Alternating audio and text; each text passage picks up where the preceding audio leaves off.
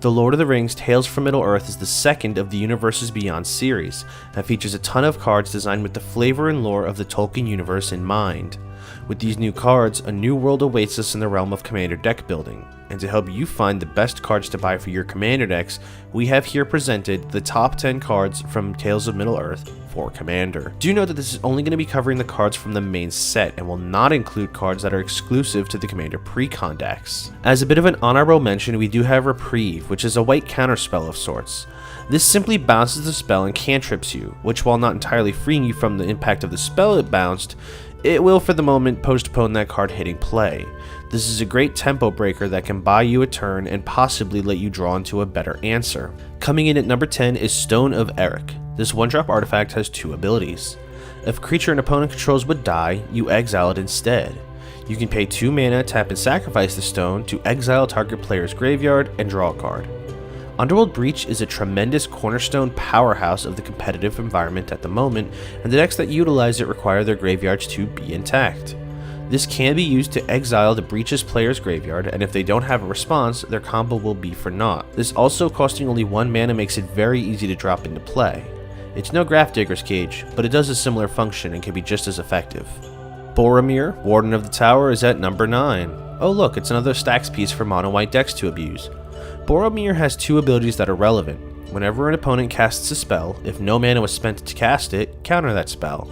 You can sacrifice Boromir to give your creatures indestructible until end of turn, and then the ring tempts you. That first ability gives you protection from Force of Will style spells and can be excellent protection should your opponents be looking for alternate casting costs for their spells. The second ability, offering indestructible to your creatures, is a great failsafe for creature combo decks needing a response to board wipes. At number 8, we have Call of the Ring. I personally really like this card. I'm a fan of the tempt mechanic, and this offering us a card draw and tempt trigger at our upkeep makes me really consider using this to replace cards like Phyrexian Arena or Necropotence in my heavier colored black decks. See, Phyrexian Arena has 2 black pips I have to worry about, Necropotence has 3. Call of the Ring only has 1, so I'm less pressed to get black mana online and get this into play even if I've only access to 1 black mana source. I might not always be guaranteed a card draw in the event of my board being wiped, but this goes off whenever a creature gets assigned as the ring bearer, so there is the potential to get this off on an opponent's turn. Mirkwood Bats comes in at number 7. I would actually say this is my favorite card of the set, even if I think that there are cards still better than it on the list. I'm a sucker for token decks, be it treasure, food, creature tokens. This creature giving us a mass ping ability for each token upon that token being created, and when it is sacrificed, makes it possible to burn out the entire table just on token production. Imagine getting 20 treasures off of a Dockside Extortionist thanks to a mana rock hungry table. That's 20 damage to each opponent just off of those treasures coming into play, and then you can sacrifice them all to do another 20 damage, winning you the game. Stern Scolding is our number 6 slot. I'm a lot more hype about this card than I think some folks might be, as it does answer a lot of problem cards in our format. This card is looking to counter a creature spell with either power or toughness of 2 or less. Let's go through some examples. Archivist of Ogma, Archon of Emeria, Aven Mindsensor, Collector Oof, Dauthi Voidwalker, Dockside Extortionist, Dranith Magistrate, Dualcaster Mage, Eidolon of Rhetoric, Esper Sentinel, Aethersworn Canonist, Grand Abolisher, Grim Hireling, Ledger Shredder, Notion Thief, Opposition Agent, Orcish Bowmasters, Professional Facebreaker, Ragavan Nimble Pilferer, Thassa's Oracle, Thrasios, and Timna. These are all easily countered with a 1-drop counterspell that doesn't give the opponent some sort of benefit from countering their thing. It does only hit creatures, but considering the power ceiling of some of the creatures we've listed, that's a lot of coverage for 1 mana counterspells. Lotho Corrupt Sheriff is number 5, and it's a commander that I'm currently working with building. This 2-drop has a triggered ability where whenever a player casts their second spell each turn, you lose 1 life and create a treasure. A few things to note here. For starters, it's whenever any player casts their second spell, meaning you and your opponents. Secondly, it can trigger multiple times on multiple turns, so you can get quite a bit of treasure off of this card.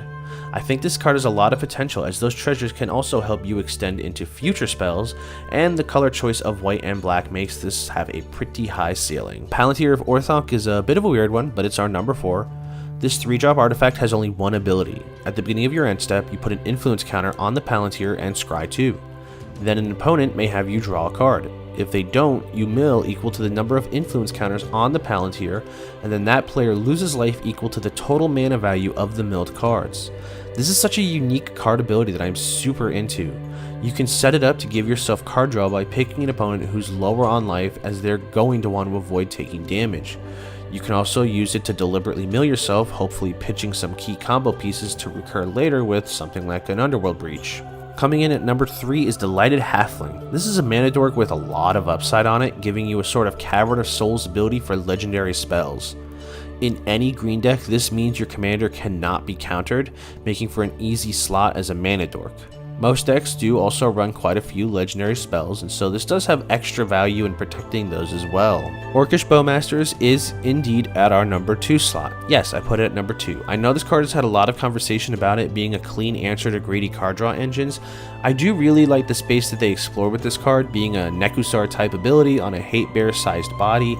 I love this kind of ability, and I love feeding it with cards that will force opponents to draw cards and hurt them further, and getting a giant orc army off of something like a wheel that can be very fun. Lastly, at number 1 is the One Ring. Aside from this being one of the more clever marketing strategies they could have thought of for a card like this card is actually a lot better than I first gave credit for. Firstly, it is indestructible, so it's not going anywhere easily. When you cast the One Ring, if you've cast it from your hand, you gain protection from everything. So if you're on a deck that can give this flash like Gandalf the White, this could be a great last-ditch effort to not lose. This also gives you a source of scaling card draw through the bird encounters. You'll end up paying 6 life for 6 cards over the course of 3 turns, which is better than Phyrexian Arena, and you will draw more cards as the game progresses. This is going to start becoming the go-to for decks who aren't on a lot of viable card draw, and it's a nice alternative to Teferi's Protection for decks that aren't on white for the protection clause. I think 4 mana is the proper casting cost for something that has the potential to draw you a ton of cards over the course of only a few turns, and I really do plan to begin brewing with this in a lot more decks. That's going to wrap up this top 10 commander cards from the Lord of the Rings set. I hope you'll join us when we eventually discuss the best commander cards from the Lord of the Rings Commander Precon decks. Do you agree with the cards we discussed on this list? Do you disagree? Leave a comment below and let's chat about it. Remember to like and share the video, those are always appreciated. Subscribe if you're new here and like what you see. And as always, thanks for stopping by, and I'll see you all next video.